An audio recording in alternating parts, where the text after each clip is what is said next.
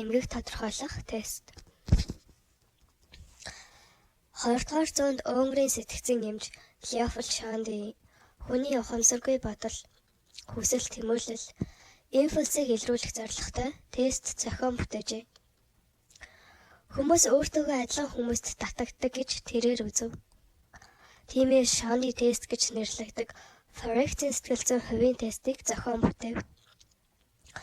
Хувийн шинж чанарыг шалгах нь тест шалгуулагчид янз бүрийн сэтгцийн эмэгтэй хүмүүсийн толгойн зураг авалтыг харуулв.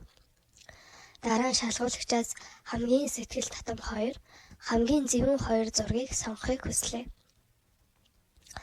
Сонголт нь дүн шинжилгээ хийж шалгуулагчийн сэтгэл ханамжтай, сэтгэл хангалуун бус байгаа зан чанарын талаар ойлголт өгөх боломжтой болов.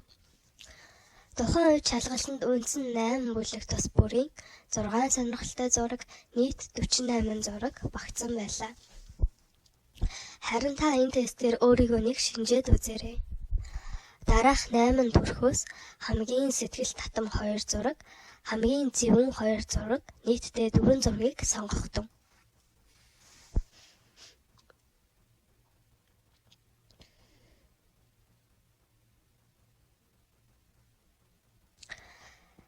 Нэгдүгээр зураг. Садист. Та хүүхэд байхдаа хүчирхийлэл, дарангуйл дунд өссөн байж болцошгүй юм. Эцэг их багш нарын дарамтын дор өссөн бөгөөд том болоод бусдыг захиргаадах дарангуйл хандлагатай болсон байдаг. Мөн дотоод сэтгэлдээ бусдын зовлон шанал зүтгүүрийг харж түүнээсээ бие махбодын болон сэтгэл зүйн таашаал авдаг байж болцошгүй юм. Хоёрдугаар зураг. Epilepsy. Та хэлбэг зүйлд хурдан хариу үзүүлж, хурдан хувьсан өөрчлөгддөг. Дотроо ихэвчлэн сөрөг зүйл төсөөлөн бодож явдагч, үүнийгээ бусдаас нууцлан, сэтгэл хөдлөлөн нуудаг байна. Сэтгэл хөдлөлийн хүчтэй багцуулж, энгийн хүм мэдж үжиглдэгч, дотоод сэтгэлдээ үргэлж тесрэхэд бэлэн байдаг.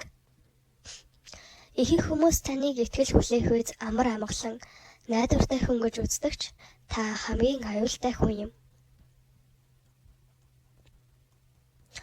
Гуравдугаар зураг. Катоник. Катоник нь хэд идэвхтэй оюун ухаантай ухаалаг бүлэг хүмүүсийн нэгдэл юм. Тархин хэд идэвхтэй үйл ажиллагаатай тэмцэхийн тулд та их хариуцлагатай, дарамгуйлагч, дүрм журамд авсан байх мэт аашилдаг байна. Та өөрийн сэтгэл санааны болон бие махбодын хэрэгцээ, хүслийг ихэвчлэн үгүйсгэж, төөрөлдсөн мэт мэдрэмжэд хэд автах хандлагатай юм. Хэрэв та 4-р зургийг сонгосон бол шизофрен өвчтэй байж болзошгүй. Толгой дээрээ гараа барьсан энэ хоосон царайтай эмэгтэй шизофрен өвчтэй юм. Хэрэв та 4-р эмэгтэйг сонгосон бол бусдад хайхрамжгүй ханддаг. Та хүмүүстэй харьцах, бусдад харилцахад асуудалтай. Энэ нь таныг нийгэмшээгүй гэсэн үг биш юм. Та гадуур гарч найз нөхдөдөө цагийг өнгөрөөх дуртайч, таны харилцаа өнгөн түвшинд байдаг бөгөөд та ихэнхдээ гүндээ ганцаардмал байдалд байдаг. 5. Гистерик. Маш тайван хүнийг гистерик гэж нэрлэдэг. Гэхдээ хэрэв та энэ зургийг сонгосон бол босны анхаарлын төвдөд байх дуртай байж магадгүй юм. Чамайг багтаа дуугүй бай, битгий шавууд гэж захиж байсан болохоор нэлийн дараахан өссөн. Гадаад төрхөндөө маш их анхаарал хандуулдаг бөгөөд энэ нь таны бусад таалагдах гэсэн сэтгэл зүйтэй холбоотой. 6-р зураг. Депрессив.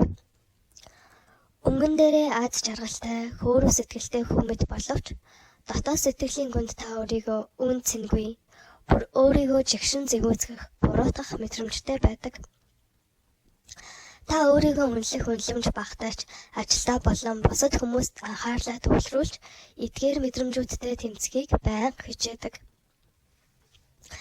Энэ зургийг сонгосон таныг сэтгэлээр унсан хүн гэсэн үг биш. Харин та сэрэг сүрэг сэтгэлд хөдлөлт хэтэрхий өвтөмтгий байна гэж бичжээ. 7-р зураг. Маниак. Маниак бол яг сонсогдож байгаа шигэ биш юм. Хэрэг та энэ зургийг сонгосон бол логик сэтгэлгээ сайтай, төлөвшсөн, тэнцвэртэй, тогтвортой сэтгэл зүйтэй байх магадлалтай. Бусдыг эмх замраагүй үйлдэлхийг чанга дуурах үед та уурладаг бөгөөд энэ нь та өөрийн дотоод тэнцвэрийг хадгалахыг хүсдэгтэй холбоотой. Бусдыг эмх замраагүй үйлдэлхийг чанга дуурах үед та уурладаг бөгөөд энэ нь та өөрийн дотоод тэнцвэрийг хадгалахыг хүсдэгтэй холбоотой. Сэтгэлийнхээ гүнд та маш их урам зоригтой, эрт хүчтэй байдаг. Гэхдээ та бүх насаараа өөртөө тайвшир гэж хэлсээр байдаг бөгөөд дотоод хүнээ ил гаргадаггүй. 8. Диссоциатив эмгэг. Багадаа хүчирхийлэл дунд өссөн. Бэлгийн чиг хандлага бусдаас өөр байх хандлагатай. Өөрийнхөө бэлгийн хамтрагчид байнга эргэлздэг. Эсрэг хүснэндээ татагддаггүй байх магадлалтай. Эрэгтэй хүн бол эмэгтэй хүн шиг зан авиртай байх. Эмэгтэй хүн бол эрэгтэй хүн шиг зан авиртай байх хандлагатай.